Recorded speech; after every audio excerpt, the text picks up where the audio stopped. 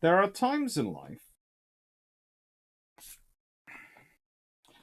when you get to talk great history as a historian, where you get to talk and cover all levels in one presentation. So instead of having to focus on the micro or the macro, instead of having to focus on one portion, you can go through every single level. And you can show the continuity of history, the fact that it is not divided off into neat little sections, that you cannot grid history and go, that's in that box, that bit's in that box, that bit's in that box. That everything has an impact on everything else. This is one of those sessions. This is Jackie Fisher. And, or as he should really be called, Admiral John Arbuthnot Fisher.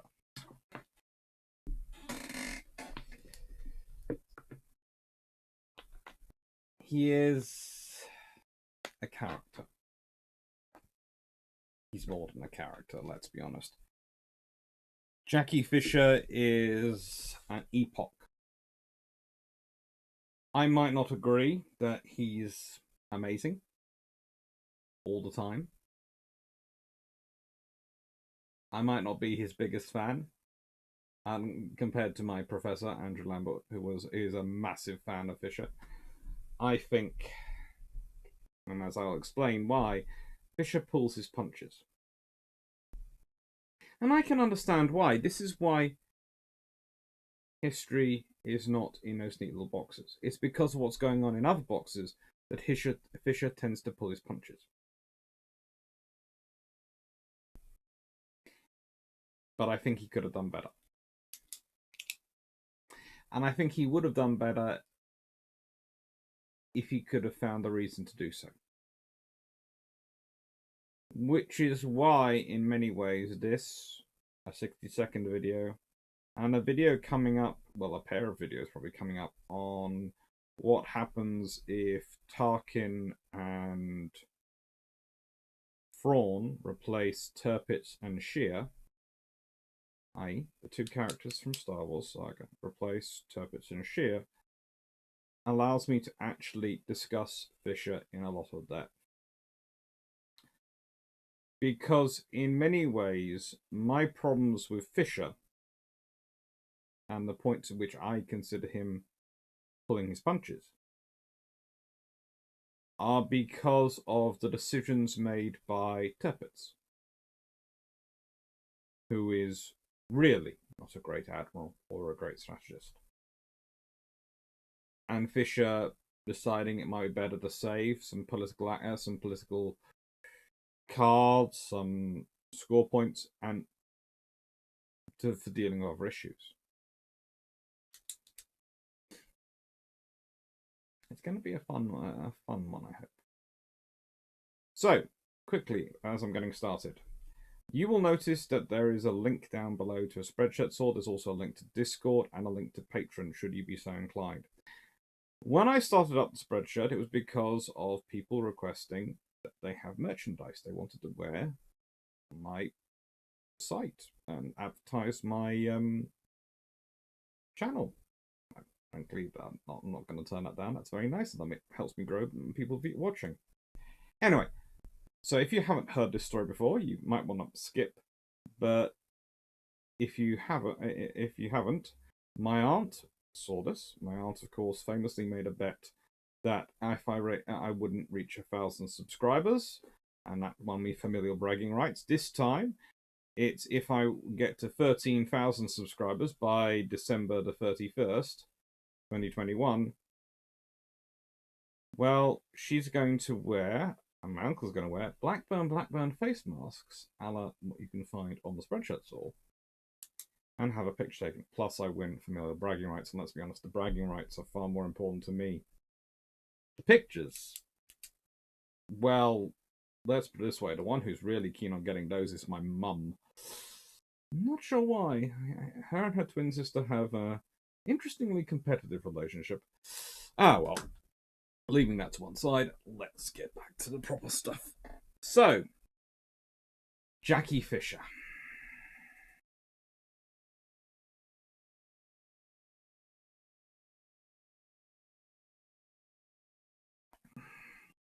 Born January 1841 on the 25th in Ceylon.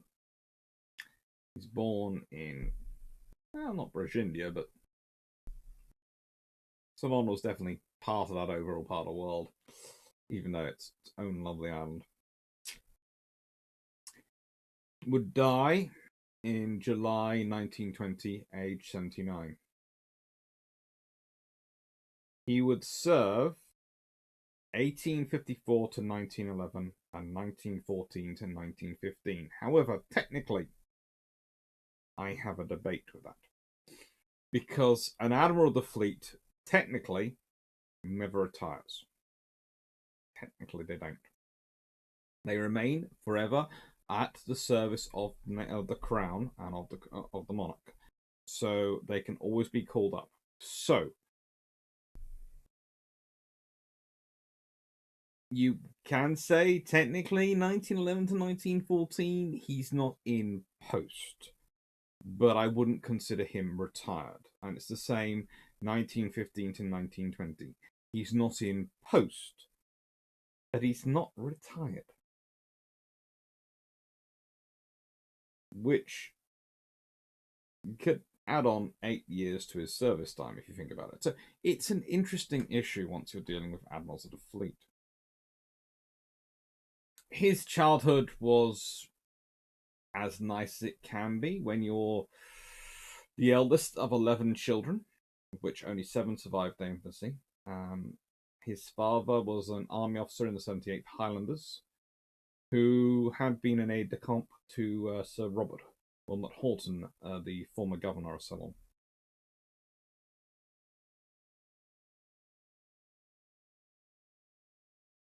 Fisher himself, on his parents, remarked, "My mother was a most magnificent and handsome, extremely young woman. My father was 6 foot 2 inches, also extremely handsome. Why I am ugly is one of those puzzles of physiology which are beyond finding out."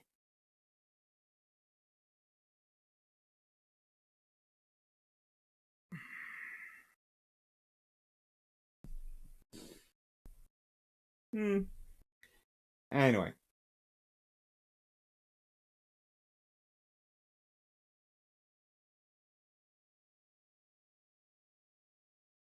the thing is, Fisher is sent away as quite a young man. Basically, his father sells his commission, decides to buy a coffee plantation, and later chief superintendent of the police. He manages to incur such debt because he's so bad at running. He should really stay in the army of coffee plantations that he could barely support the family, and so Jackie is sent to live with his maternal grandfather, Charles Lamb, in New Bond Street, London, at the age of 6.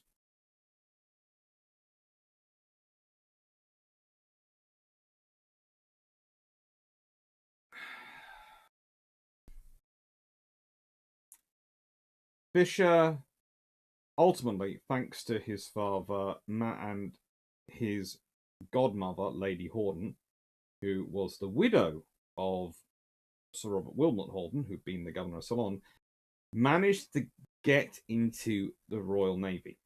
He did this thanks to the help of Admiral Sir William Parker.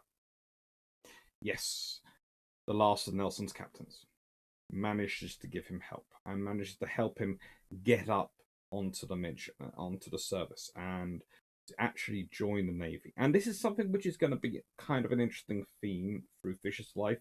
He's going to have a lot of connections with Nelson, coming backwards and forwards.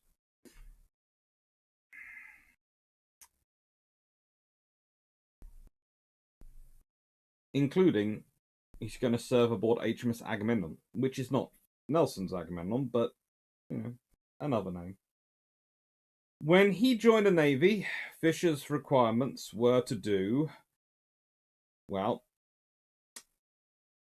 I put this politely, he had to write out the Lord's Prayer from memory, and then he had to jump over a chair naked. Jumping over the chair naked as supposedly allows you to check for any obvious infirmities. And basically writing out the Lord's Prayer was a reading and writing comprehension test. So he joins the Navy prior to the cramming test periods, but of course also massively prior to the system he himself would introduce in the 1900s as Second Sea Lord.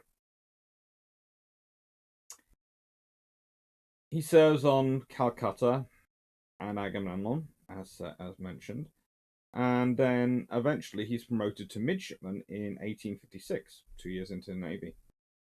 First of all, he joined HMS Highflyer, the previous ship on the China station, and he would spend the next 5 years in the Chinese waters. He'd see action during the Opium Wars. He was benefited again by patronage. He has Charles Shadwell, an expert in naval astronomy, a future fellow of the Royal Society, and all around an extremely smart naval officer. And of course, is on a small ship. So a captain can take a lot of interest in his junior officers and train them up. And he finds Fisher to be a very smart young officer. In fact, when he gets injured in action, he gives Fisher a pair of studs as he's replaced as captain, which have Shadwell's family motto on them: loyal or mort, loyalty to death. And Fisher would use those studs for the rest of his life and would be very, very proud of them. Shadwell also has bearing on this because Fisher passes the seamanship examination for the rank of lieutenant and is given the rank of acting mate in 1860 on his 19th birthday. 3 months later, he's transferred to HMS Chesapeake, a steam frigate, as acting lieutenant. And shortly after that, he gets command of the China Squadron's Admiral's yacht, HMS Coromandel. It's a paddle gunboat, and his journey is to take her from Hong Kong to Canton, presumably Gazal, in a voyage of 4 days. He gets his command on Shadwell's recommendation. Shadwell basically says, "Yeah, that guy's really smart. He was one of mine. He's good. He's good. He's good. He'll keep you. He won't lose your ship. He won't lose your yacht, Admiral." And the Admiral goes, "That's a no," and he doesn't. So he makes an Admiral friend. And one of the things you're going to notice with Fisher is the Royal Navy have a system of officers being deployed in turn to places. So he will go back and forwards to the China station a lot in his career. He'll go back and forwards to North American West Indies station a lot in his career. And those are his 2 foreign station postings, his foreign station areas.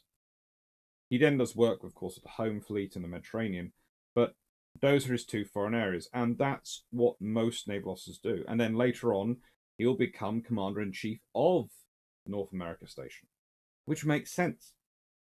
He's got a lot of time there. He's been there as a junior officer, he's been there as a captain, he's been there as a flag captain, and now he's back there as the Commander-in-Chief. He knows the area already. This is how the Royal Navy builds up its knowledge and understanding in these areas. It's got regular forward deployment, and it gets the knowledge back into the rest of the Navy as best it can to try and spread that knowledge around by having them come back and do tours in the Home Fleet. So consider the Home Fleet, Channel Fleet, and Mediterranean Fleet to an extent to be the mixing squadrons, where you bring the information back. You have the people going to the various stations: South America, South Atlantic, whichever it's called, Indian Ocean, all the stations around the world. And they're working in these important places. If you're wondering what that strange noise is, that's a Fluffy Research Assistant. And they bring all the information together, they get together, and then they bring it back. So that even officers who haven't been deployed out there, if they had to surge a massive fleet out there, aren't deploying cold. They have some understanding, they have some knowledge. But more importantly, pretty much every ship will have at least one officer who has been in that area before. And that matters. That's a tremendous advantage.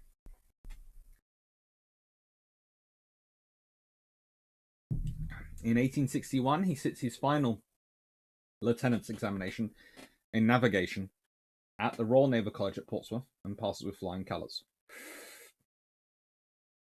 Having already achieved top grades in the seamanship, gunnery, and achieved the highest score then attained until recently under the quite newly introduced 5-year scheme, with 963 out of 1,000 marks in navigation, Shadwell was very, very happy. His star pupil set a record, created a new benchmark.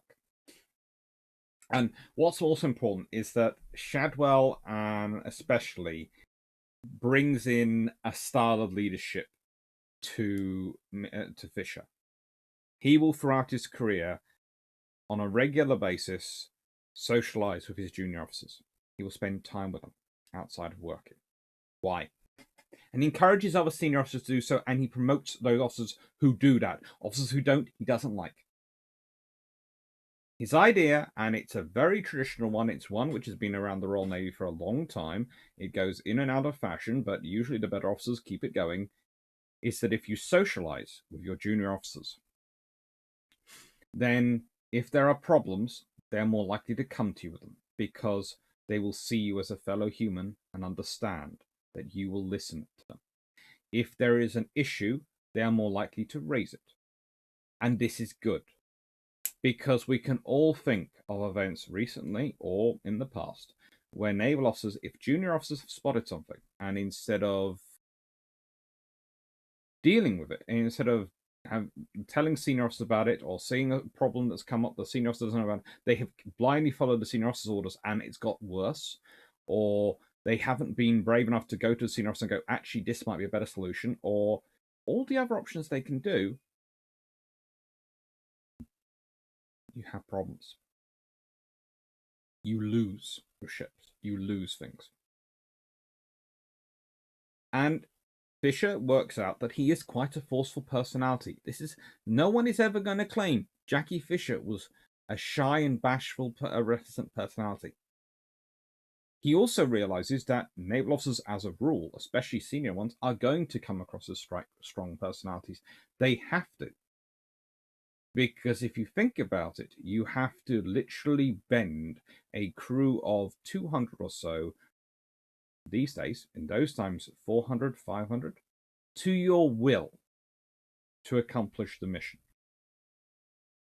You have to mold them, build them as a team, hone their skills, get them working together under your direction, and then if the moment is necessary, you have to be able to give an order and be trusted, respected enough, and some officers rely on fear for this, that they will immediately snap and do that order. Everyone's life to be okay.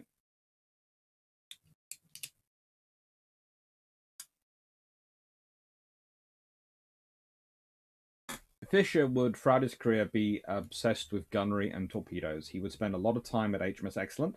That's the Royal Navy's principal gunnery school. Especially, he liked breech-loading guns. He tended to prefer the Ellswick Ordnance Company to the Armstrong and Whitworth guns, which is not perhaps that bad an idea, because the EOC do introduce good guns. He would also spend quite a lot of his life campaigning to get gunnery and, in terms of gun manufacture and gun procurement, back under the Royal Navy's control from the Royal Ordnance Commission, which was run by the Army.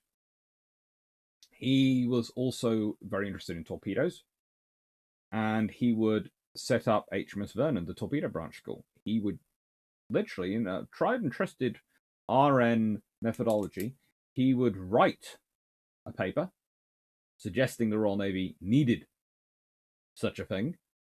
Admirals would get involved in it, and managed to get himself put in charge of it. And then he would spent years managing to make sure that his idea was implemented fully. So this is it.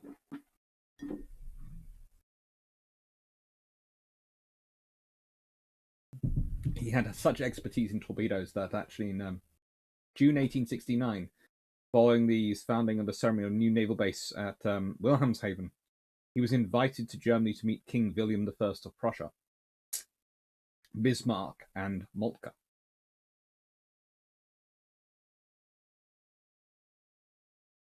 Following that visit, he actually prepared a paper on the design, construction, and management of electrical torpedoes, the cutting-edge technology at the time. He was inspired by visiting the new German naval base to come up with a torpedo which would go into it and destroy the ships. That's Fischer. But the thing that comes away from this is Bismarck and Moltke actually write notes about him. He impresses them. So does Wilhelm I of Prussia at the time, but soon to be Germany. That leadership certainly did understand what they were looking at when they were looking at the Royal Navy. And when they were looking at the Royal Navy, they were thinking of Jackie Fisher. At the age of 28, he makes commander. And he's posted as second in command to HMS Donegal under Captain Hewitt, a Crimean War Victoria Cross holder. Donegal's a Conqueror-class ship of the line with auxiliary screw propulsion that tended to sail between Portsmouth and Hong Kong, taking out relief crews and bringing home the crews they replaced. He completes his lovely treatise on torpedoes at this time, and various people manage to try and make it get it as circulated as possible. In 1870, he transferred to HMS Ocean, the flagship of the China Station. And it was while on HMS Ocean that he, back in the China Station, that he writes an 8-page memoir called On Naval Tactics. This is where an important person enters his story, a guy called Captain J.G. Goodenough, who would eventually, unfortunately, die while Commander-in-Chief of the Australia Station. But Goodenough is a very respected naval officer, an incredibly respected naval officer at this period. He's considered one of the lights of his generation.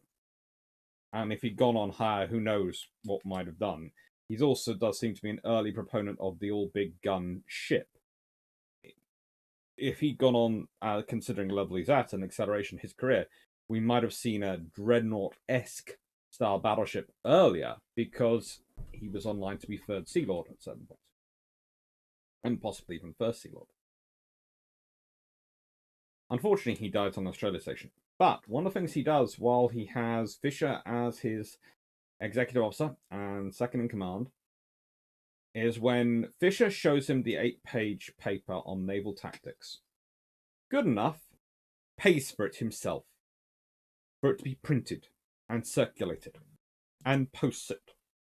He pays for its printing, he pays for its posting, and he sends it to almost every admiral in the Navy, almost a whole host of senior officers, everyone who is in contact, former, serving, and some politicians as well. It's listed it's in the hundreds, is one of the estimates I've heard of copies printed. There are estimates which are a lot smaller, there are estimates which are a lot larger. But what it does mean is that this gets Fisher's name out to the rest of the Navy very prominently. And it's Fisher's name being backed up by someone who they really, really respect. That's good. In 1872, he returns to England, and that's when he sets up HMS Vernon as a separate establishment. He returns first to Excellent, where it's part of that, and he separates it off from that. He makes captain in 1874. Which is a good thing, Making captain at the age of 33 is excellent, especially there's no pun on HMS Excellent at the time. He spends some of the time on half pay with his family. He takes a time off work. He goes on to half pay and takes his family for a trip. He spent a lot of time away from his family. He wants to spend some time with them. He spends a lot of time working. He wants to spend some time with his family.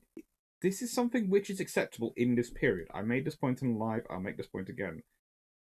For some reason, in the Royal Navy, the Victorian and Edwardian Royal Navy, which is so often held up as being this organization which is far more hidebound than a modern service would be, I mean, very restrictive, it still has the concept of officers going on half pay. It still has that as a concept. And it's considered perfectly natural. You want to go and study something at a university or in engineering. You want to take a few months half pay to go round Europe and see a bit of the world. Spend some time with your family. That's fine. Come back and start your career. He's a 33-year-old who's just made captain. It's very young, and he's made full captain. In the modern naval service, he'd be getting worked to death. Quite literally. In this one, he goes, I fancy taking my family for 6 months somewhere. Admittedly, halfway through that, he gets appointed to command of HMS Hercules, but he's still technically wandering around on half pay, and Hercules isn't really in full mobilization, so he's basically captain in name only. He's on the list of the HMS, Captain HMS Hercules. If there's actually a war, he gets called back. And that's the thing about half pay. It's also a very good way of managing your officers, because we have too many officers. We must sack them. But we will need those officers, that number of officers, if we go into war, because we'll suddenly need to grow our officers, and we'll need to deal with casualties, and we'll need to deal with running staffs and increasing commands, and we'll probably have to put officers onto ships, merchant ships, and all these things. Well, we'll cut them and we'll just we'll try and call them back in wartime. That doesn't really work. Putting them on a half pay and telling them to go get a university degree.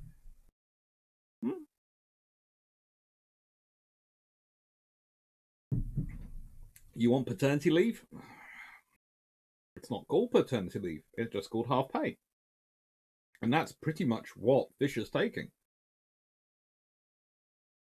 He didn't get much time. He was one in amongst 11. And he was sent away when he was 6. He tried very hard to make sure his family had him in their lives. And this was an example of it. His first appointment as captain in terms of an actual ship is HMS Bellerophon. And he is flag captain to Admiral Astley Cooper Key, who is the Admiral of the North American West Indies Station. Oh, this seems strange.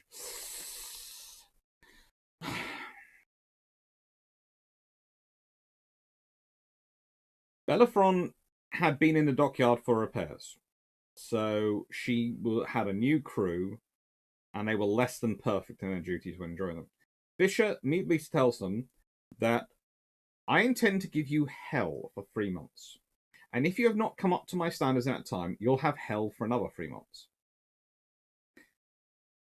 The midshipman, later Admiral, Gordon Moore, reported, Fisher was a very exacting master, and I had at times long and arduous duties, long hours at the engine room, telegraphs in cold fogget, and the least inattention was punished. It was, I think, his way of proving us, for he always rewarded us in some way when an extra hard bit of work was over. Fisher was not the type of admiral or officer at any point in his career who, when he works you hard and you achieve it, he then gives you more hard work. He rewards you, and then he gives you more hard work. There are examples of him finding special food and finding extra, equipment and drink alcohol in those days. It's not fashionable these days to give it out, but he was happy to give it out, and all sorts of things to reward people. Yes, he was a hard taskmaster. Yes, he was not afraid to use the stick. But the stick he used was hard work. And he was always prepared to use a carrot as well. And he was quite keen on the carrot. And it kept crews very loyal to him. He didn't have problems with desertions. He didn't have problems with mutinies. He didn't have problems with a lot of the issues which other officers had in scenarios at this time.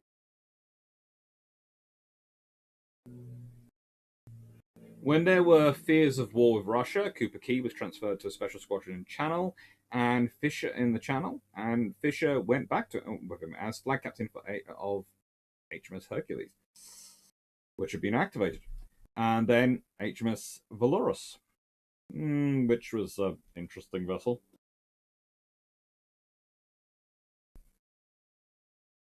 He would serve through many, many vessels, including HMS Northampton, which I was talking about earlier, which you saw earlier. In fact, we'll go back to that one.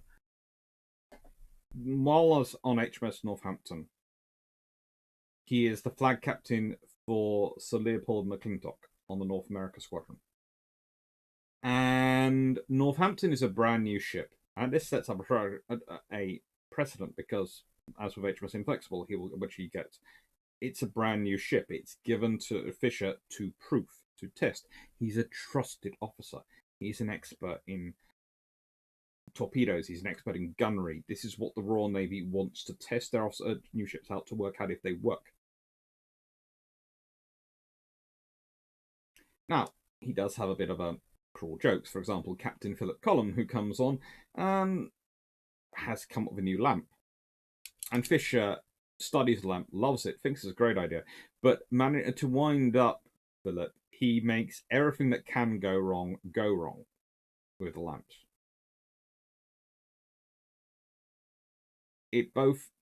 Philip ends up going away, feeling upset.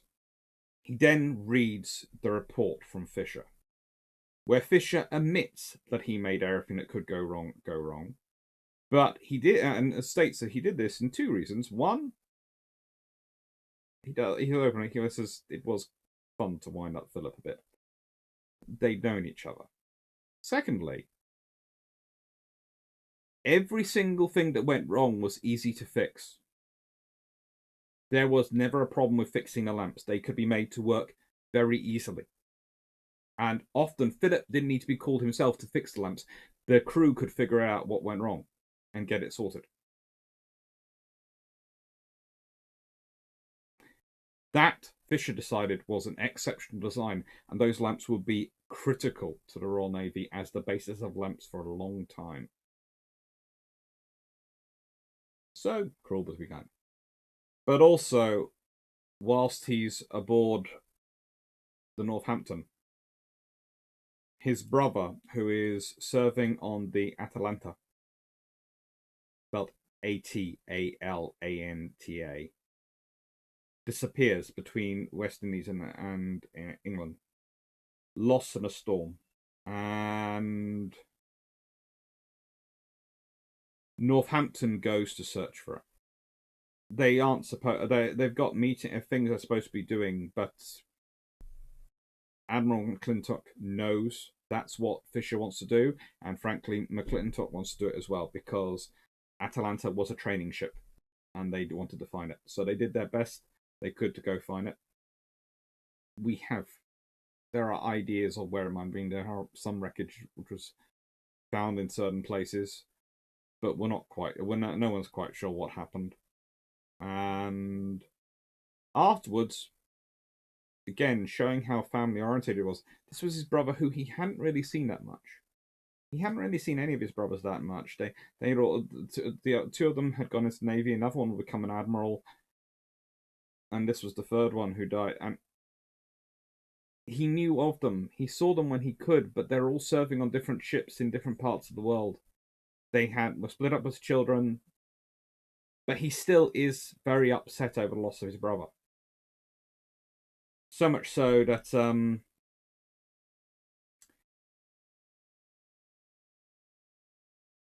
when he gets nominated to HMS Inflexible, the new ship he's supposed to take command of in the Mediterranean, McClintock writes, "Everyone regrets the departure of Captain Fisher, but I fancy we shall not fully realise our loss until he is gone. Since his nomination to the Inflexible, his spirits have returned and daily increased, and now he almost requires wiring down." Fisher is the type of personality who, when he suffers a loss or a failure, needs a challenge to motivate himself. That's the type of personality dealing with.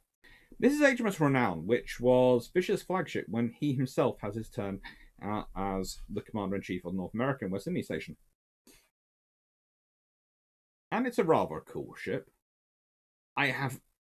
There is an interesting debate as to whether or not Fisher himself would have built Renown, but he does seem to like the name, and of course, Renown is one of the R-class which actually does get built as a battle cruiser. You might have noticed that there are some names which Fisher goes through which he rather likes and gets promoted. For interesting enough, though, Inflexible doesn't come back. I don't think he likes her as much. Although it was while serving on Inflexible as captain and taking part in bombardment of Alexandria as part of the Anglo-Egypt War, he's then put ashore, and he comes to the public's attention when he builds an armored train. Armored trains are cool. What can I say? All the stuff he's done with ships, torpedoes, everything like that, no. And here, one of the things that happens is, of course, he was born in India, but it's when he gets dysentery and malaria, etc., and is posted home from Egypt because he is unwell. Lord Norfolk, the commander at the time, pointing out the Admiralty can build another Inflexible. We can't get, but not another Fisher. Which some people take as a critique of the training of an officer selection program, and to be honest, it is. But it's also a fact that he's a very rare officer. You can always think about it. There's once in a generation officers in every field, or there's once in a generation engineers, there's once in a generation scientists, and Fisher is a once in a generation mind. And this is part of the problem for people like Lord Charles Beresford, because in a normal period, they would have probably got to a senior rank and might well have got to First Sea Lord in Beresford's case. He's brave, he's courageous, he's perfectly good, run of the mill with all the right connections. But the trouble is, he can't hold a candle to a once in a generation mind. He just can't.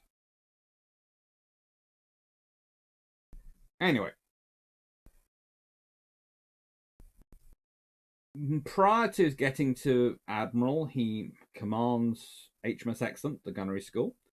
He also, where he starts to set up his what's called the fish pond, fishbowl, meeting people like John Jellicoe, Percy Scott, and starting to look after them, starting to realise that there are officers coming up and building his own following. He has benefited greatly from being in the following of other senior officers and good senior officers. He now starts to build his own following.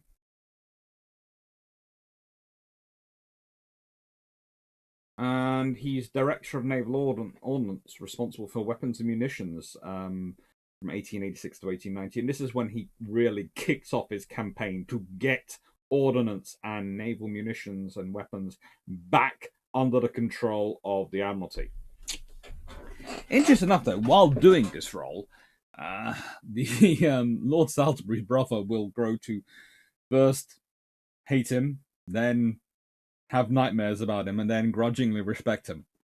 And the experience of this fighting will go to Lord Salisbury. And when Lord Salisbury is Prime Minister and he's looking for someone to take on a particularly tough political and diplomatic challenge, he thinks about the officer who terrorized his brother and goes, I have just the naval officer in mind.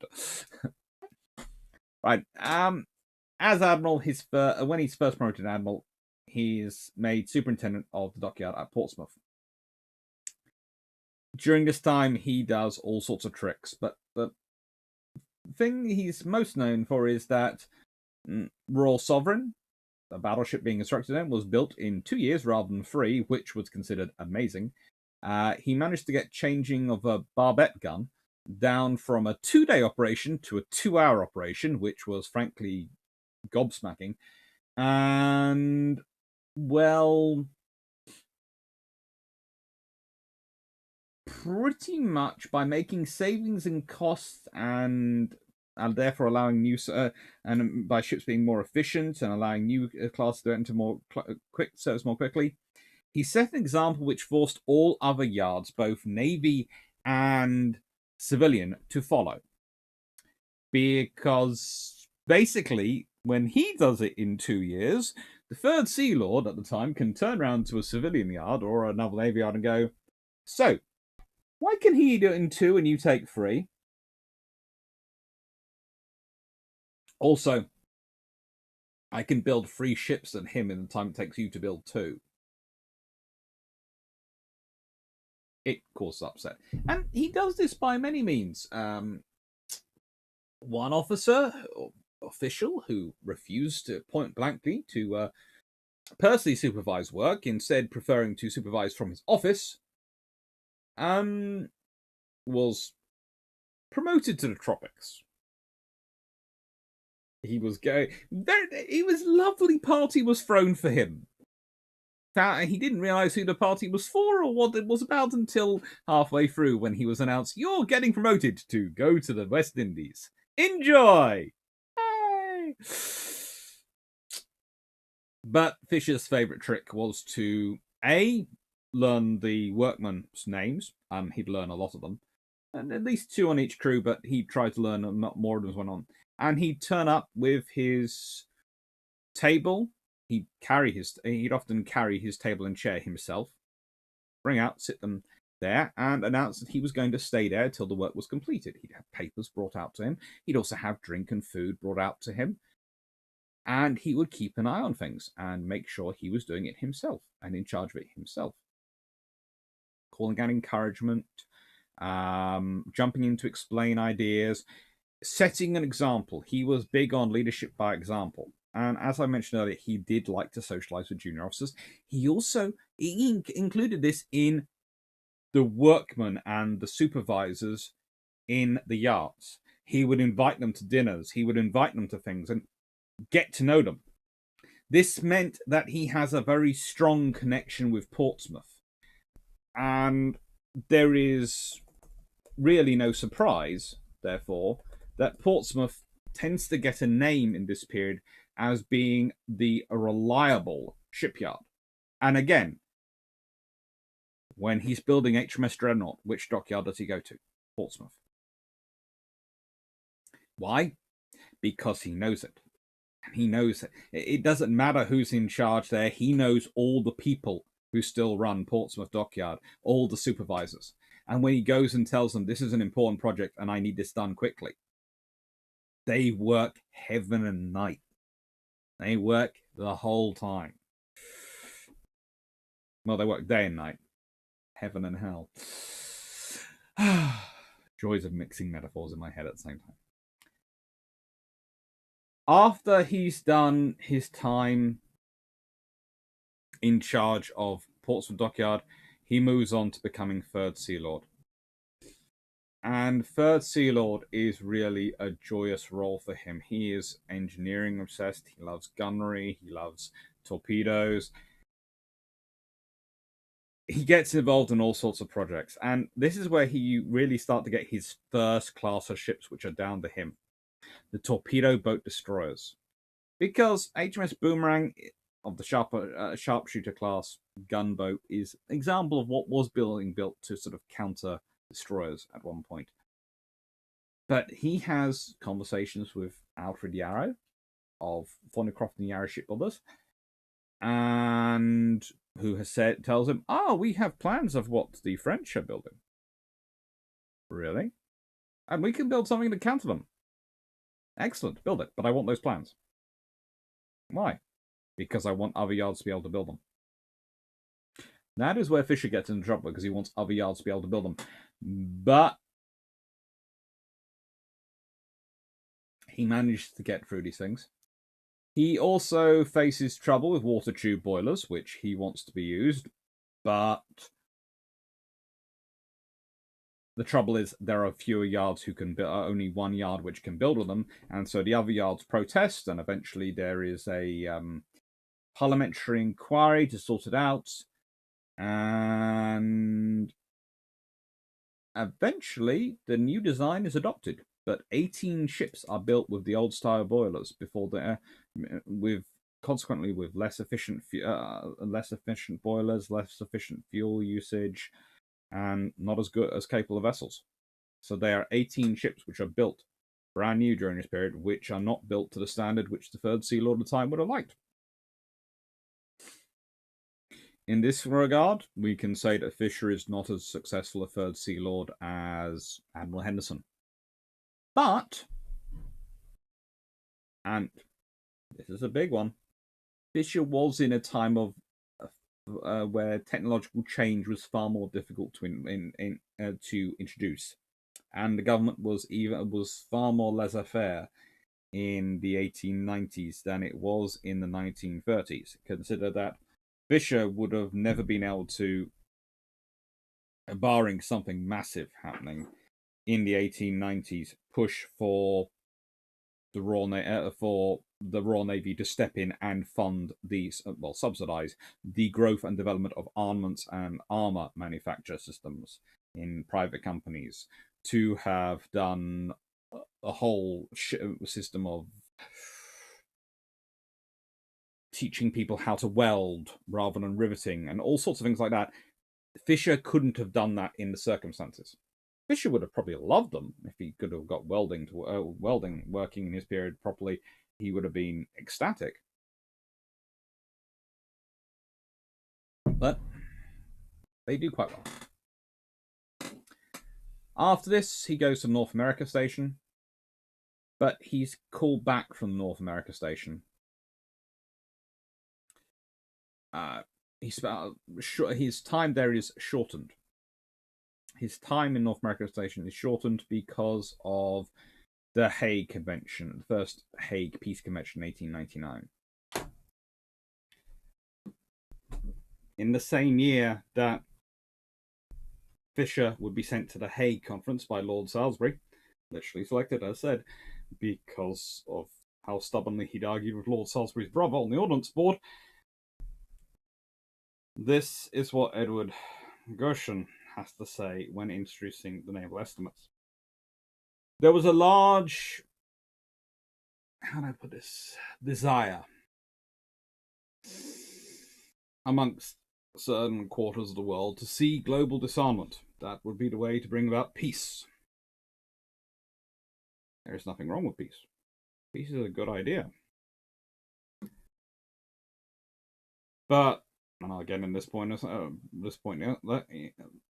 later, this was literally 3 years after Tirpitz had submitted a paper to Kaiser Wilhelm, which for the first time designated Britain as an enemy, and proposed building up a fleet to deal with that.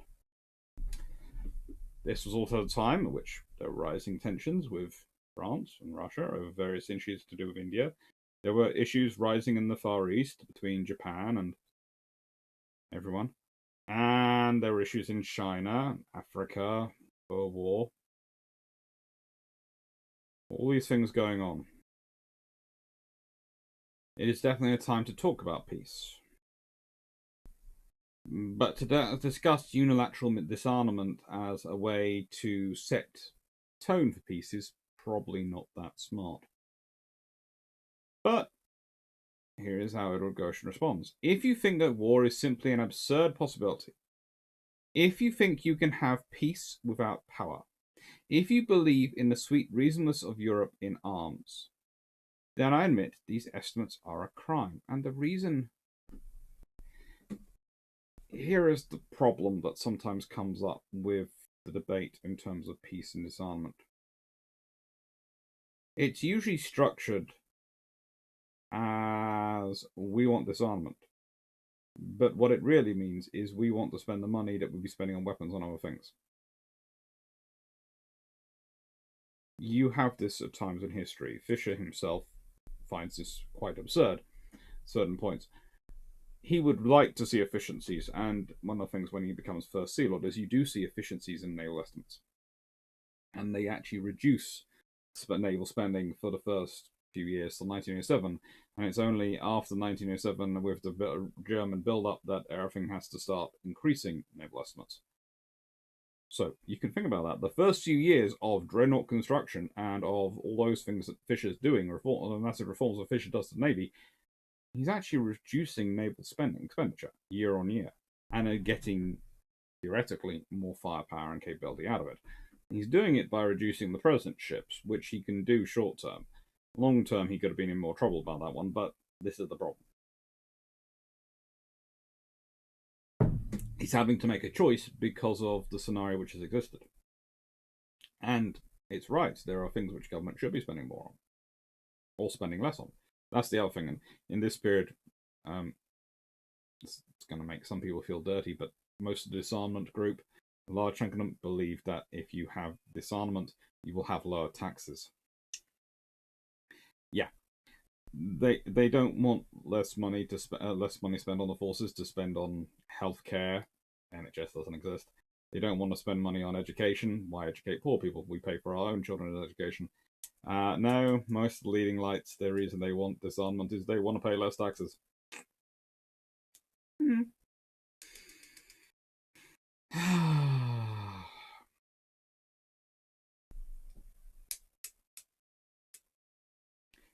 That's usually the point at which people go, but it's that don't the right wing want to spend money on defense and the left wing don't? And you go,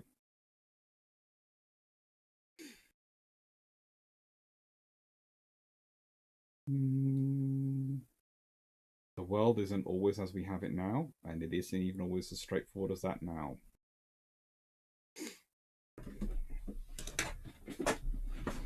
So he's sent to the Hague Peace Convention, and the Hague Peace Convention is called by the Tsar of Russia, who has this brilliant dream, and it is a dream. Let's be honest, it's a glorious dream. It's called because, well,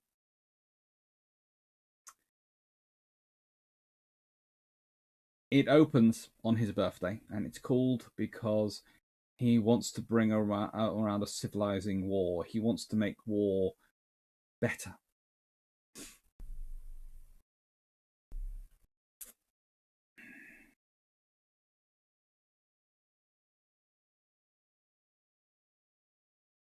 The conference will come along with 3 conventions and will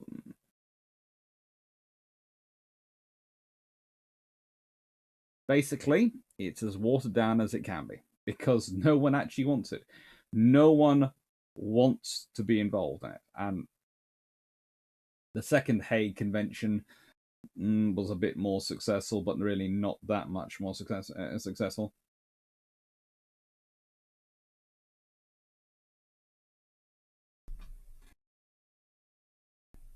Again, the second Hague Convention is about, well, that's what I was like. The first Hague Convention is stylized in British terms by Britain wanting to preserve itself as the most powerful navy in the world, and to have no restrictions on how it would use that navy.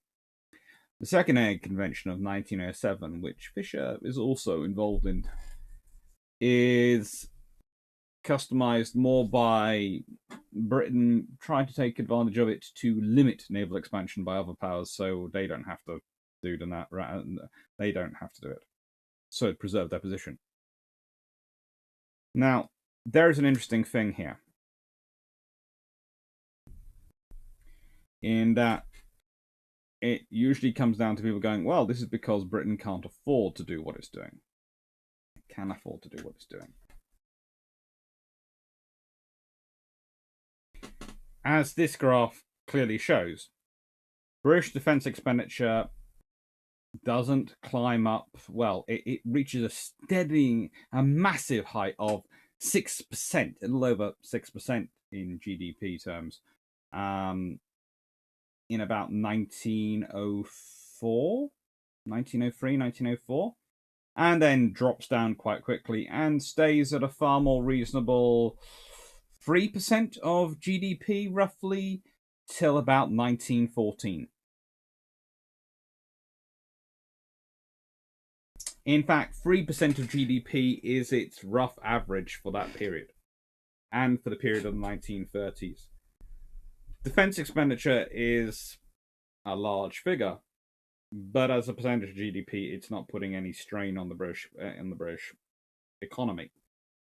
It really isn't. In fact, as you can see, it's far bigger during the Cold War and goes massive heights during World War One and World War Two. World War One, it peaks in at little over 46.5%, nearly 47%, and during World War Two, at one point, it does peak up to 53%.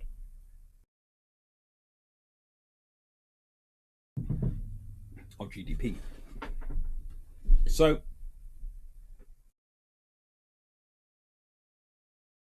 the 1907 crisis, 1907 Hague Conference, the Second Hague Conference, doesn't come at a point at which the British are strained. But it is at a point at which the British are trying to manage conflict. Because they're now worried by two things. Some of the smarter admirals are not worried about beating Germany in the naval race. They can outproduce them 10 times and twice that on Sundays. But what they can't do, 10 times a day and twice on Sundays, they can't do is they can't afford to embarrass Germany so much that it actually causes a different alignment to work out. They're having to do alliances. They're having to a lot of things which are disquieting to the British to do in peacetime because of responding to what Germany's causing, the ructions they are causing in international relations with this race. And it also is, and I cannot overemphasize this, the British cannot, to an extent, understand the German reasoning behind doing this. Yes, they think, well, the Germans want power. But the Germans do not have the maritime infrastructure and the industry to focus on the Navy.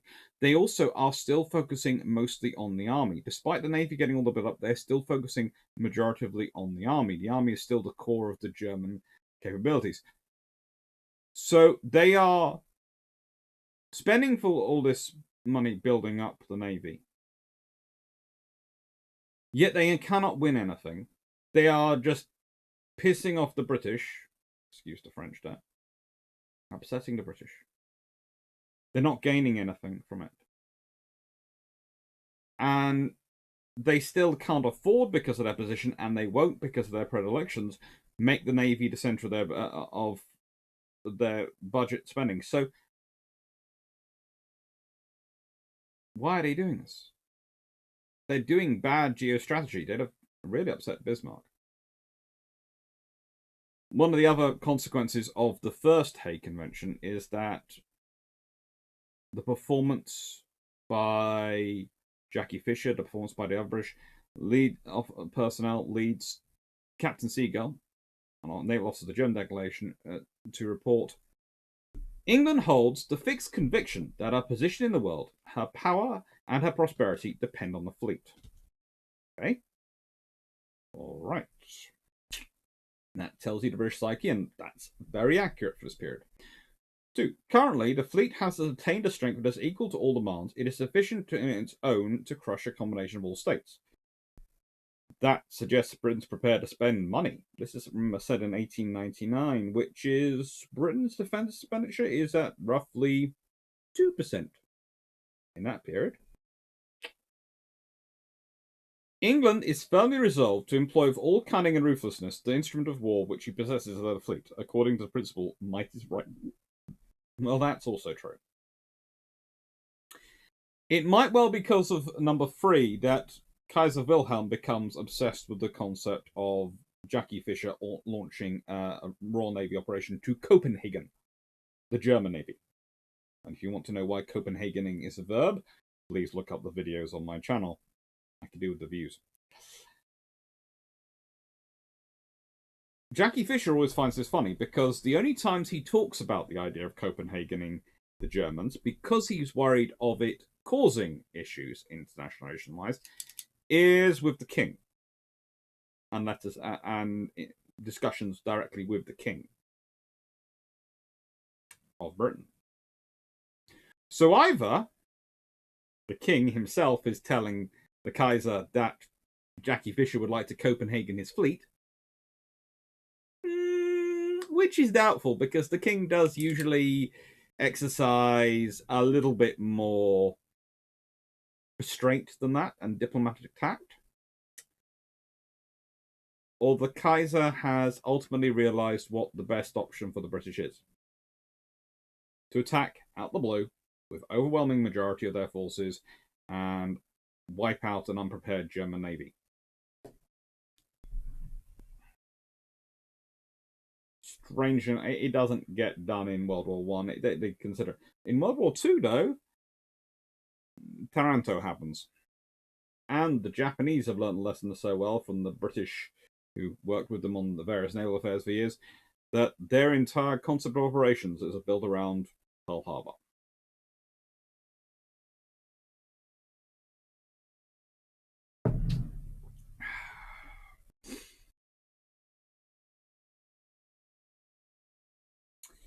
But it is always important when you read documents, especially in this period, that say that Jackie Fisher is put in because they worry about unrestrained defense spending. You can argue that definitely that is part of his offer to the government is that he's going to get a handle on naval expenditure and stop it rising up. And it has got to the terrible figure of over 6% of the gross domestic product. 6%. Look at the taxes. But it's also the period of the Haldane reforms and various other things going on in the army and as well as the navy. So there's a lot of money being spent there. But you can argue the money being spent there means that the money that needs to be spent later in World War One is a lot less. And they're a lot more prepared. Now, Jackie Fisher, you can't talk about him if you don't talk about Charles Beresford. Charles Beresford, as I've said earlier, would have been an excellent officer in any other period. I don't like some of the things he writes about Fisher, mainly because even at those times, there was a recognition that that wasn't the way you wrote about someone. It's one of those interesting things. We think racism and the use of racist terms is something new. It's not. Unfortunately, derogatory terms have been around for a long, long time. But even at the time we're talking about in the 1900s, using of these phrases was not considered a nice thing.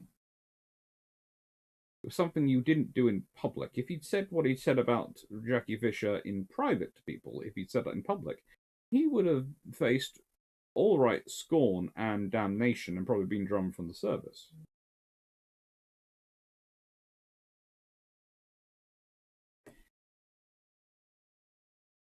The problems with Beresford get to such a point that it actually ends up having to be a parliamentary inquiry.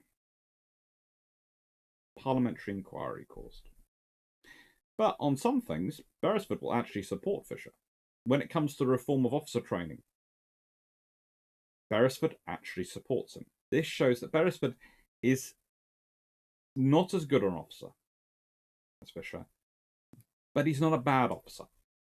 I don't like him personally because of, as I said, some of the things he writes about people. But there again, on the other hand, you've got Jackie Fisher threatening to commit harikiri on people.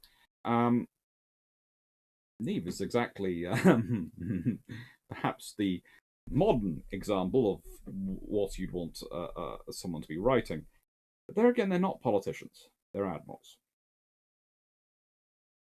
And both of them are products of an age of sail navy, which has transformed through an ironclad era into what is looking like a thoroughly modern navy for the 1900s.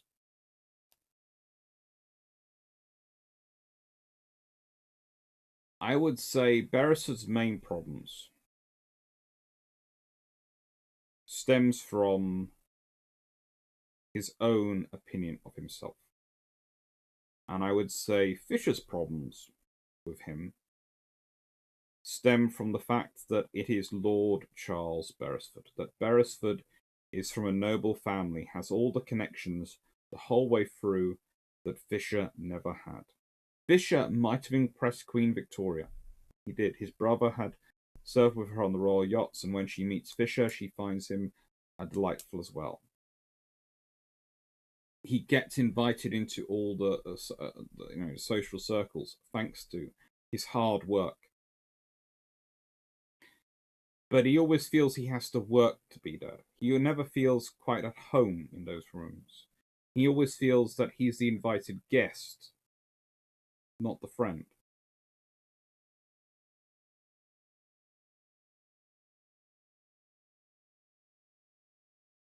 For one who is absolutely secure on the deck of a ship,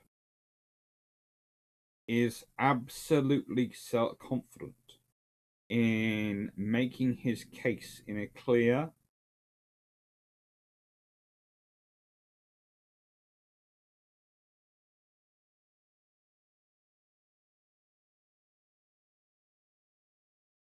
away from social anxiety. And that's not me using a modern phrase to describe someone from the past and the crime, but that is, if you look at him, it's a definition of what he does. Yes, he becomes an excellent dancer, so that people like having him at the dance parties because he dances all the ladies. Because who decides who gets invited to the parties? The ladies or the gents? The ladies who organise the parties and put together. Of course, they're going to invite the excellent young dancer, the excellent dancing Admiral. Very nice, lovely to have him. We're all dig a turn. He dances wonderfully. And that's one of the things he teaches junior officers, especially.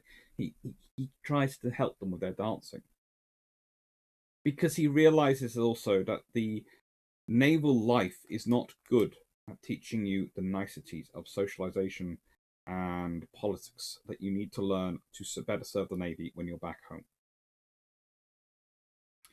His most famous reform and most important reform, I would say, in the Royal Navy, though, is not HMS Dreadnought and is not even those destroyers which we saw earlier. Although we'll be discussing this Dreadnought later and we discussed destroyers earlier.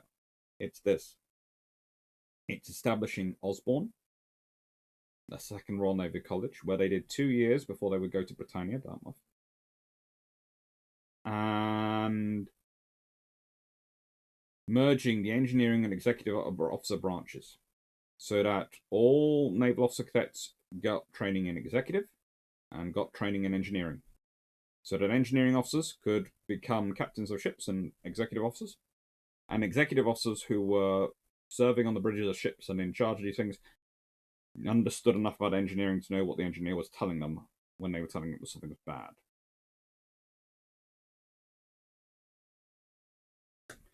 He doubles the number of places because he's extending it to 4-year 4-year training.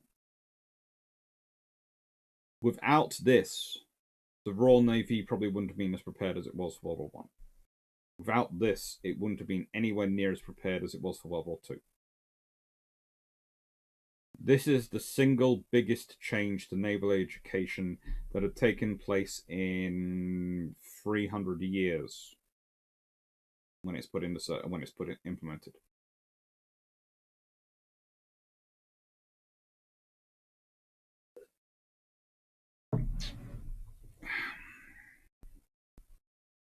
In the best part of 300 years. It matters. It's called the Selborne Fisher Scheme after the First Lord of the Admiralty. That's the political head of the Navy at the time. And it's notable for uniting a large chunk of the Royal Navy senior officers, including Beresford, behind Fisher. Officers who sought to oppose it, found that there were more on the side supporting it than against. It's interesting to note here that Fisher succeeds with this because he gets everyone on side. He doesn't run into the problems he runs into with the Dreadnought and all these things because no one sees this as throwing away an advantage. Yes, they see it as, hang on, we're not going to have new cadets coming through the next couple of years or so. But they don't see that as a problem because they realize that in a couple of years' time, they're going to get more than enough cadets coming through, but they're going to get the flow of those cadets are going to be better quality. He also includes examination by viva as the way of entry. So he gets rid of the cramming exams, which have allowed people to an extent, learn what was going to come before it came, and then pass. So rather than based on their skill, they go to cramming schools and would learn everything they need to pass those examinations. A viva and the examination by a panel allowed a far better evaluation of a cadet's potential, because you could wander into their general knowledge and see if they really had the depth of knowledge. Instead of just asking the question, you could ask the question, listen to the answer, and go, was that confident? Was that by rote? Let's ask the follow-up. And this, of course, is the gentleman who, in many ways, he is facing off against. As I said, the Hague Convention is 1899, but it's in 1896 that Tirpitz presents a memorandum to the Kaiser that requests the German Navy be built up to a force of 19 battleships, 2 squadrons of 8, a flagship, and 2 reserves.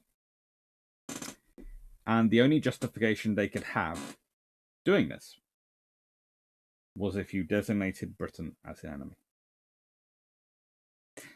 This is the reality. Why? Because if we consider Napoleonic Wars and all through history prior to that, Britain had usually been a beneficent neutral or a friend, or an outright ally, patron even occasionally, basically paying for the maintenance of the army in the field. It had worked very well. They had the strongest army in Europe. The Royal Navy was the strongest navy in the world. Britain would support them. It was, of course, the coalition and Prussian troops which fought Napoleon at Waterloo. Coalition troops were mostly British and under the leadership of Wellington, but they did have a few Dutch and other states there. The Prussians, of course, were under Blucher.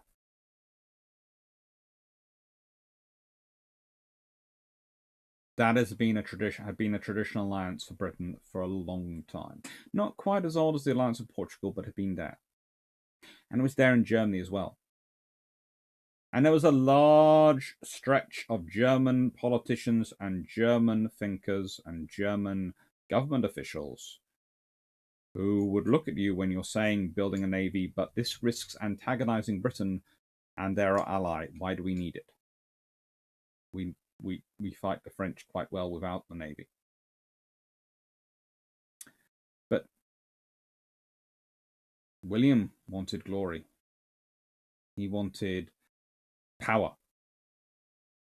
And Tirpitz wanted a large navy as well, because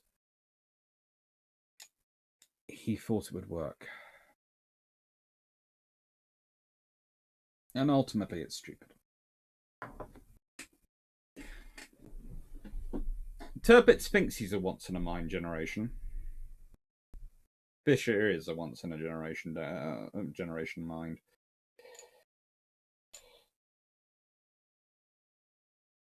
Let's go back. As said, Tirpitz thinks he's a once-in-a-generation mind. Fisher is. Tirpitz never quite squares the circle, but he does cause enough trouble that the British eventually have to take notice and actually have to build up their navy, which is where Fisher comes in. But Tirpitz is at several points shoots himself in the foot. For example, his early battleships, they have 9.4-inch guns. A very well-respected Rear Admiral, or rather, let me just get this right.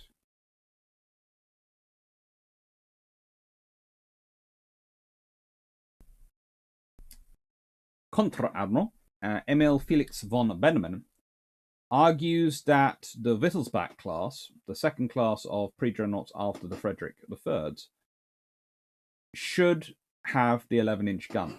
which they had recently introduced. He would then, when the Brunswick class comes in 1901, be arguing for those to have the 12-inch gun. They, of course, get the 11-inch gun, but those are two batches of pre-dreadnoughts with 9.4-inch guns. The British, the French, all have 12-inch guns on their ships at that time.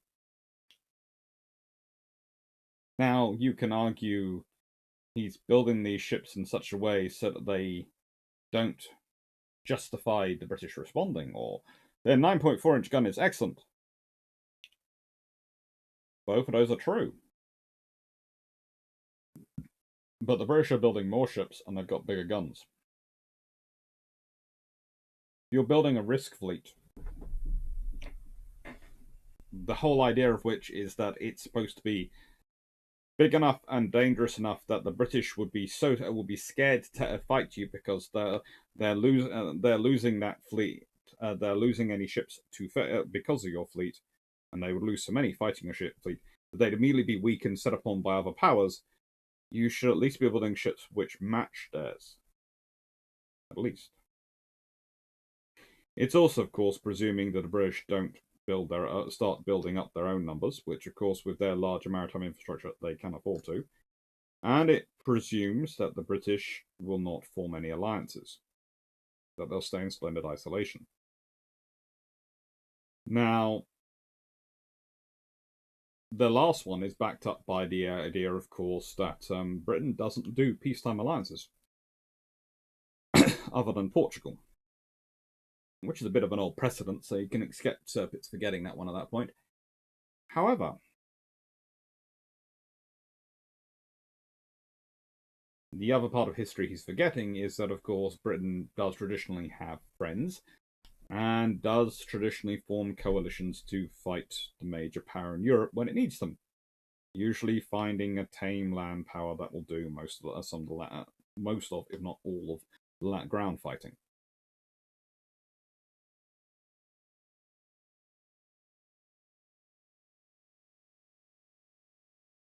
His whole presumption is that the enmity between Britain and France will mean that they can threaten both, and Britain and France at no point will think the enemy of my enemy is my friend.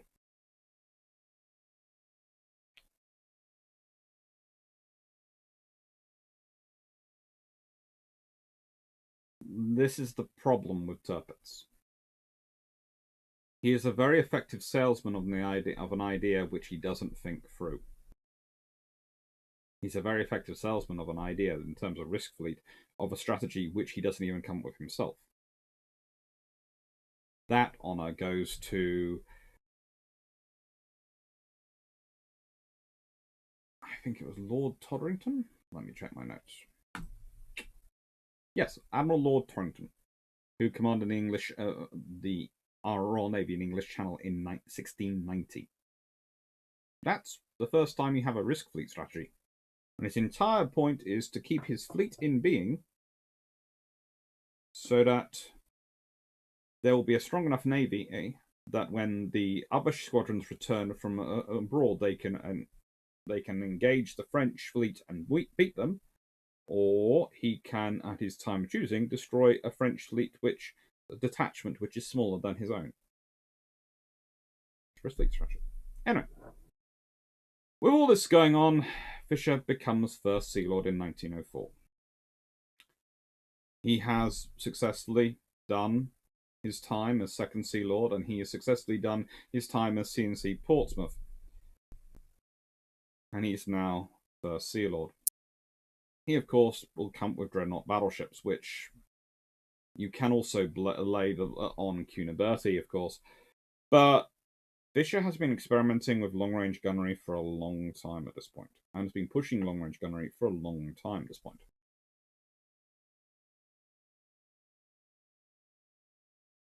He will also push battle cruisers, because again, especially while working with HMS Renown, he was impressed with the idea of a large cruiser which had battleship-level guns that could sail around the world and annihilating opposition cruisers and keeping away from enemy battle fleets, so it could do the commerce warfare par excellence. He reduces naval estimates thanks to his tried and tested methods of efficiency. And in 1908, he predicted war would occur between Britain and Germany in October 1914. He based that on the completion date of the Kiel Canal. He should have been wrong. By all rights, such predictions should have been a spurious part of history which never came true. It should not be that easy to predict a war between two powerful nations. That Germany, the moment it has a canal completed and therefore can move its fleets quickly from the Baltic to the North Sea and back, will at such a point feel so confident it can declare war on Britain. This is especially the case in 1908. Because in 1908, the British are starting to get into their stride with dreadnought production. They're starting to step up. A year later, the Orion class will come in with the 13.5-inch guns. Well, they'll be all laid down. In less than 5 years after then, you have the Queen Elizabeth class.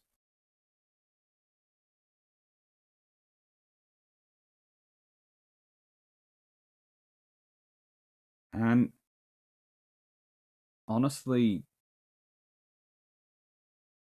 Germany can't counter it. They don't. The Navy doesn't have the primacy in procurement over the army. They have the necessary funding in the German economy at that time.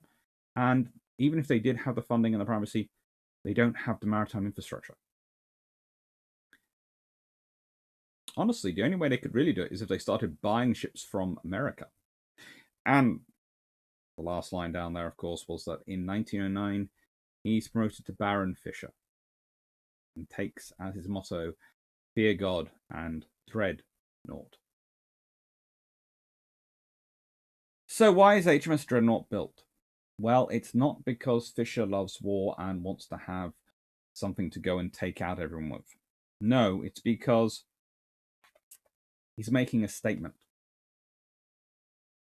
And this is where he gets into trouble with the other admirals, especially Beresford, because for them,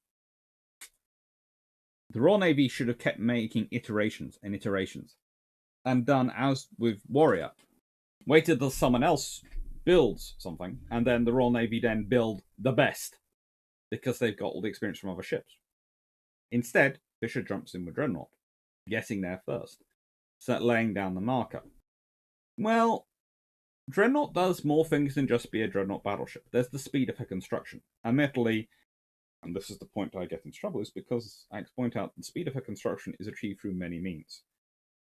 An example is, of course, cooking a meal. When you're going to cook a meal, you first look in the fridge and cupboard and see what you have available. In this case, Fisher had 12-inch guns available. It's a shame he couldn't have anything bigger available.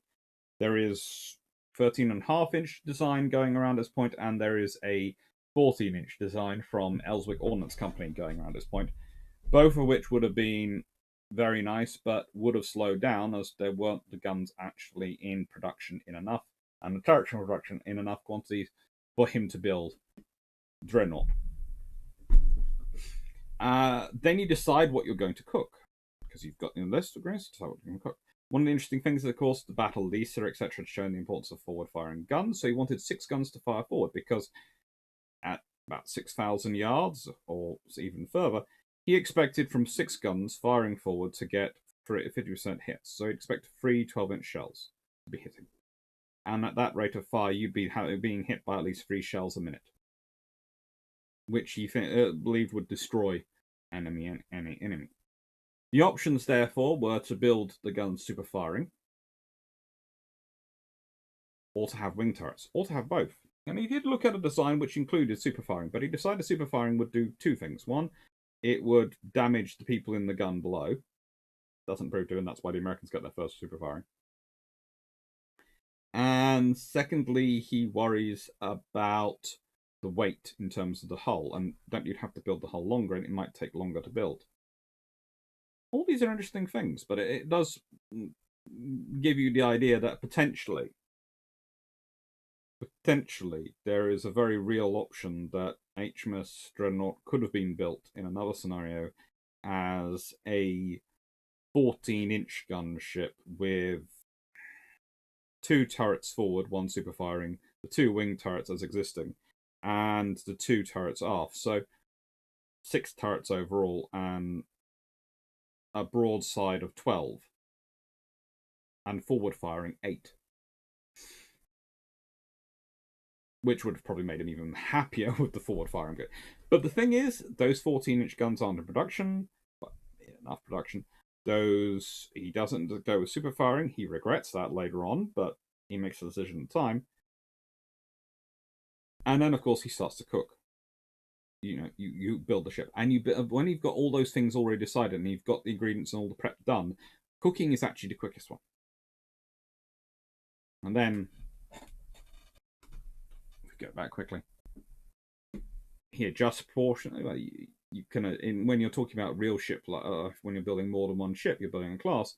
You might adjust the portions to fit changing requirements. Suddenly, you might need more ships or less ships. In real life, your sister's best friend turns up, and you've just been cooking dinner for 4. You've been cooking dinner for about 3 people, and suddenly you've got a 4th one. Oh, and they don't like pasta. Okay, fine. We'll deal with that. In ship terms, you have suddenly got a need for having an extra. You've got an extra ship needed because you have lost a couple fighting in the Falklands, and you're looking around of what you've got in production and what could be useful for future operations. And yes, we'll build 2 more of you, thank you. Type 22s. And then serve. But if you notice, cooking and adjusting are 2 of the final parts. There's a lot done before it's built, and it's the same with ship construction. And the Battle of Tsushima is often used as the illustration article of proof he needs, but actually, the Battle of Tsushima comes in quite late compared to the construction of a dreadnought. What the Battle of Tsushima does is provides him with political cover. It's very useful political cover, because it backs up what he's saying. But again, I leave you with a thought that if he hadn't been emphasizing for such a quick construction in order to put the German government on notice, then she might have been an even more powerful vessel. He might have also pushed for better boilers and got her up to faster speeds.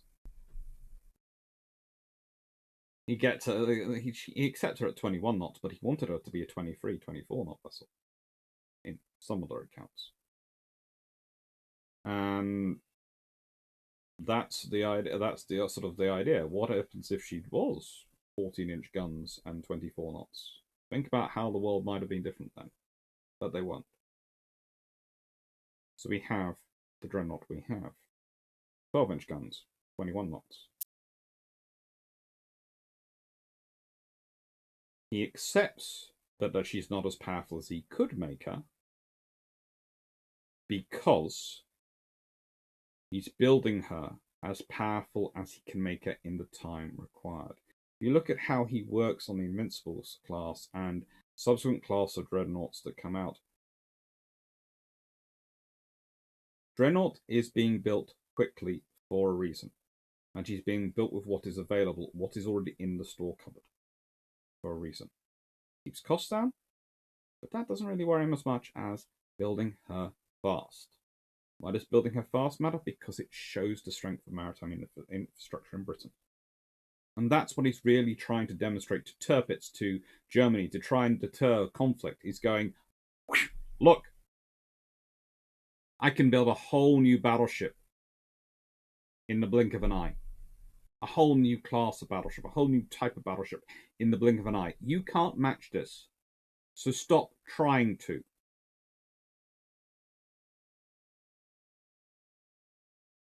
Dreadnought is only partially about military power.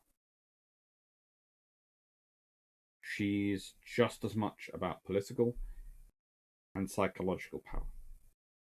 She's a statement as much as a ship. Here we go. This is rather a useful PowerPoint slide provided me by Simon Harley. He put it out on Twitter, and I asked him if I could use it, and he very kindly let me did use it.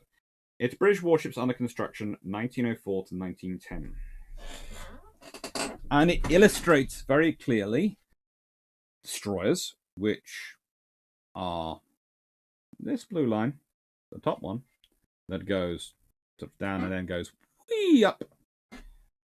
You have also got protected cruisers, you've got armored cruisers, you've got battleships, scouts, unprotected cruisers, all sorts of things there. And what they're doing. And how many ships in production. And what you see is there is a constant level of production going on. Again, if we consider this. And I'm sorry, Simon, your title's going to disappear a second. Over the same period.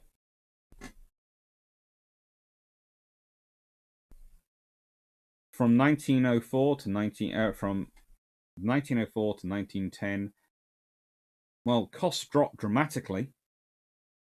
Starters.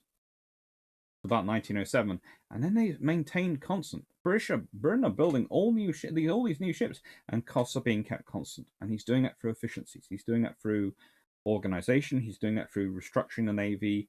He's doing that through all sorts of things to try and maintain an even budget so that it doesn't strain the economy. And this chart, of course, comes from ukpublicspending.co.uk. Link to them down below.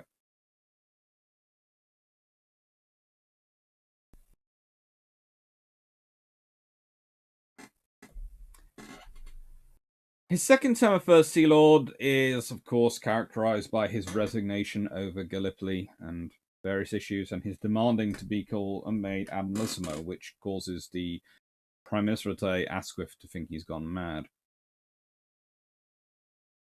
He did, in many ways, become punch-drunk with power. But also, he was incredibly frustrated with politicians, and I would have to say I do agree with Andrew Lambert's point here that, while Churchill planned to recall Fisher if war broke out, he missed the chance to prevent war that might have been provided by drafting him earlier. No cabinet advised by Fisher would have made such a blundering, incompetent, disastrous response to the July 1914 crisis. The British trumpet gave a very uncertain note in July 1914, allowing the Germans to delude themselves that Britain might be neutral. The contrast in habits between the energy enthusiasm of the young First Lord and the lackadaisical habits of the First Sea Lord, Prince Louis of Battenberg, made Fisher's recall all but inevitable. This, of course, being Battenberg. Here is the point.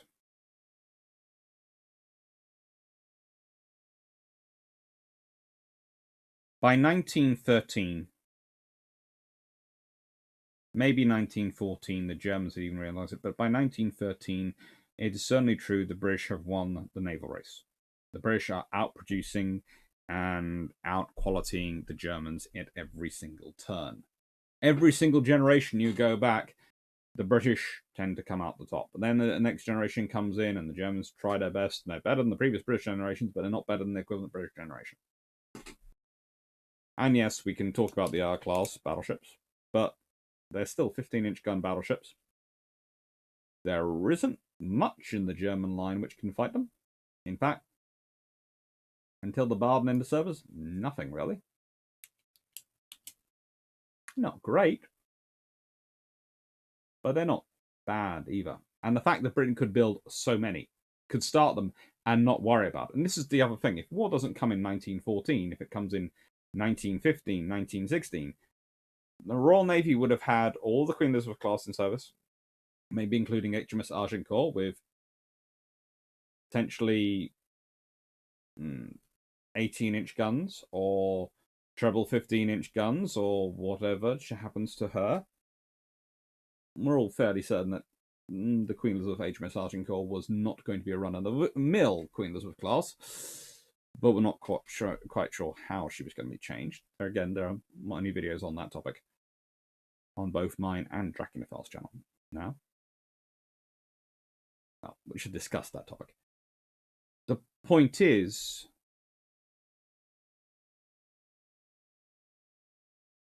the Royal Navy any later, it would have been even more starkly obvious that the German Navy had no chance, that they were completely outmassed. Hulsendorf had pointed this out many times, which is why he actually loses his post the first time round and then gets called back. And Hulsendorf is, of course, the Chief of Staff of the German Navy.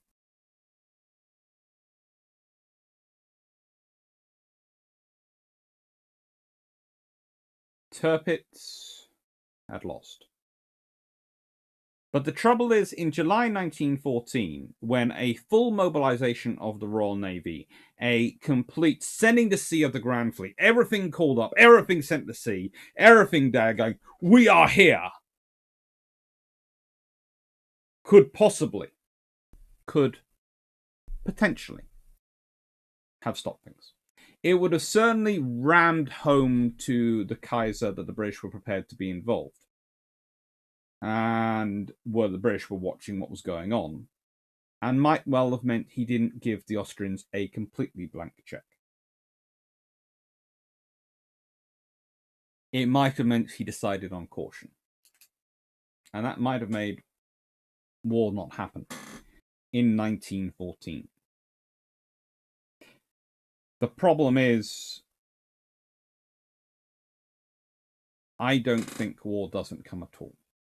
I think war comes at some point. I think it's got too messy on the land for it not to come. I just think it would have been interesting if it had been delayed to 1916, 1917. I think it's interesting what fleets you might have seen in service. Do I think HMS Incomparable would have been in service? I doubt it. This is the last flight of fancy, in many ways, of Fisher. Gorgeous lines. Say lines not too distant from an Admiral class in many respects, i.e. Hood. But bigger. Certainly a powerful vessel. 6 20-inch guns.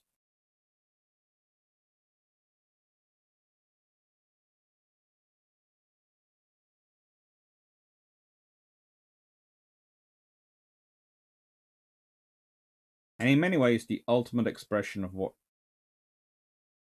he was after. What Fisher was after. She's often described as the ultimate battle cruiser, but she's not really. She's a fast battleship, and I have a reason for explaining this. Once you're dealing with 20-inch guns, the whole point to intend to the battleship's armour is that they are armoured to resist guns of fire equivalent to their own. The armour to resist 20-inch guns would be so massive as to make the ship incomprehensible. It would be completely unwieldy and unmanageable. So you have to start cutting down armour in a way. But she's still armoured like a battleship. She's just not armoured really against 20-inch guns. And there again, who else is going to bring 20-inch guns? And therefore, if you're having to reduce armour, you have to increase speed, because that becomes your best thing, and speed and firepower become the two parts that you're aiming for. So default, therefore, we call her a battle cruiser, but she's actually a battleship. She's designed to fight battleships. She is a fast battleship. And I think that is ultimately one of the legacies of Fisher, is that ultimately the Dreadnought design and development, even though he separates it off into battleship and battle cruiser, almost frigate, but he went with battle cruiser.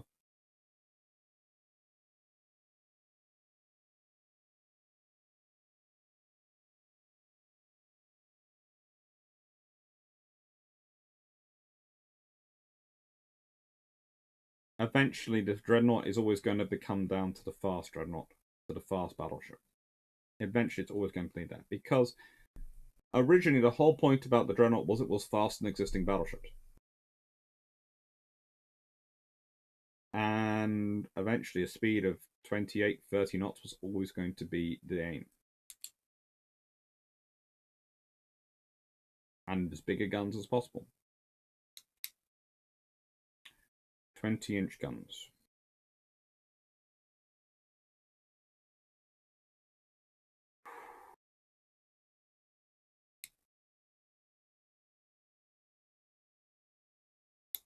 .508 millimeters. Probably 510 when they actually organize it. It's probably easier. So, summary. A summary. Admiral Fisher. This is one of the statements he makes at the 1899 Peace Conference. It's in one of the side discussions. He doesn't make much of a presence in the actual formal discussions. He talks more forcefully in the corridors and in the dinners and the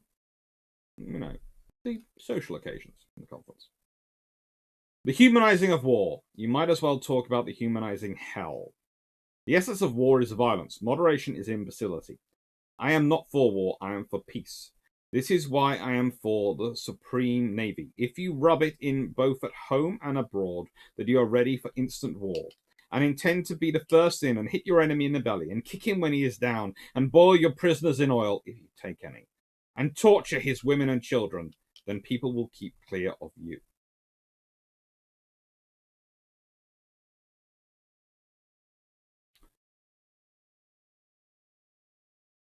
Fisher had fought in several wars at this point. He never tortured women and children, and he never boiled prisoners in oil. But he'd suddenly been the first in and hit the enemy in the belly and kicked him when he's down. So why make this florid statement? Why say this? Well, it's a tradition taught to him by Geoffrey Hornby, who he'd served as flag captain at points, and various other admirals. It's a variation on walk softly and carry a big stick. You walk softly, you carry a big stick, and you also carry a loud hailer. And if you think someone's going to cause you to have to bring out the big stick, you first will get on your loud hailer and shout about how much damage and how much violence you can bring with the big stick, in the hope and the aim that the fear you inspire means you don't have to bring out the big stick. Fisher talked nasty, and he talked nasty at a Hague Peace Convention because he was trying to impress on people that you didn't want to fight the Royal Navy. You didn't want them to have to bring out their big stick.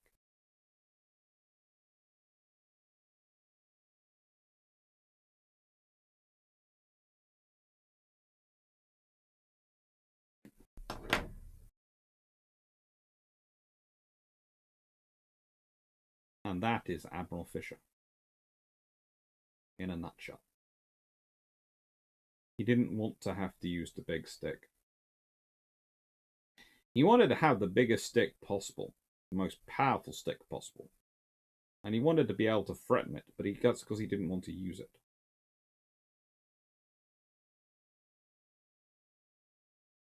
He didn't want to have to fight a war. He wanted peace. The reality was, though, the only way he could see to get peace was to be able to threaten war so horrid and so torrid that no one would want it.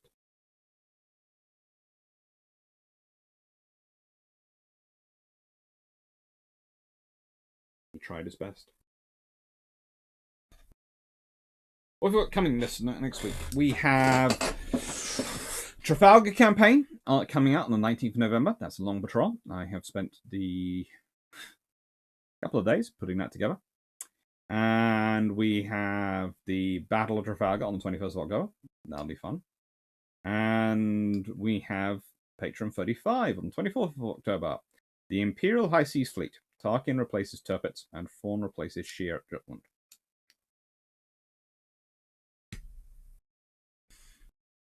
That's going to be an interesting one. Because you have Tarkin versus Fisher. And Thrawn versus Jellicoe. And honestly, if you think about that particular combination, well, you start to realize something very quickly. And that's more apparent when you talk about these two than perhaps Thrawn and Jellicoe.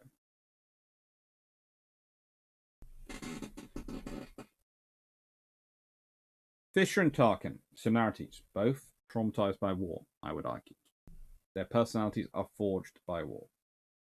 Both would like to win wars without ever having to fight them.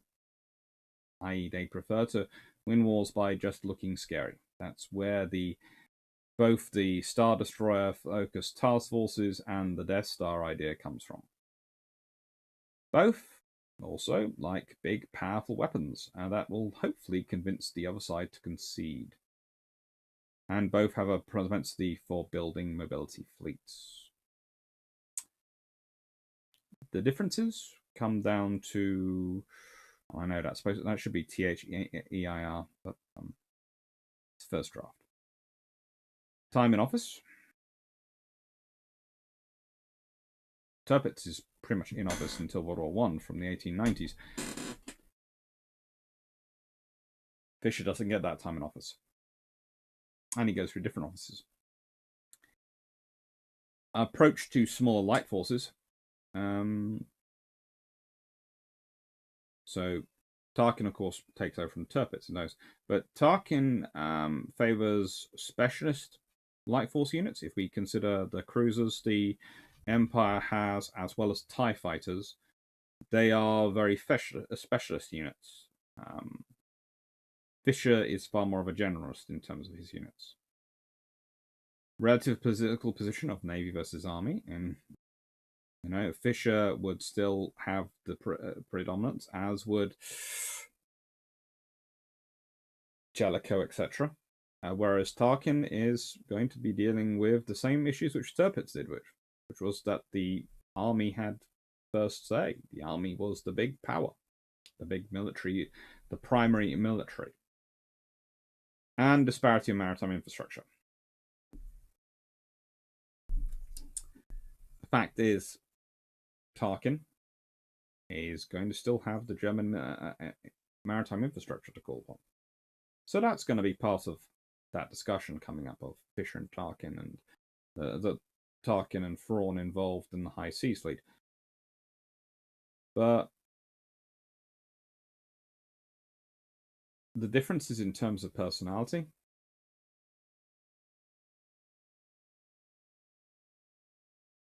Fisher would have been more likely to blow up one of Alderaan's moons than Alderaan.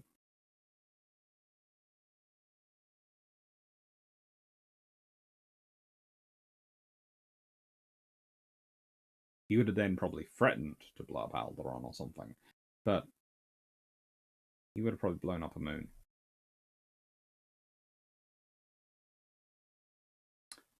But the difference is that their experiences of war had forged both of them. It's going to be an interesting one.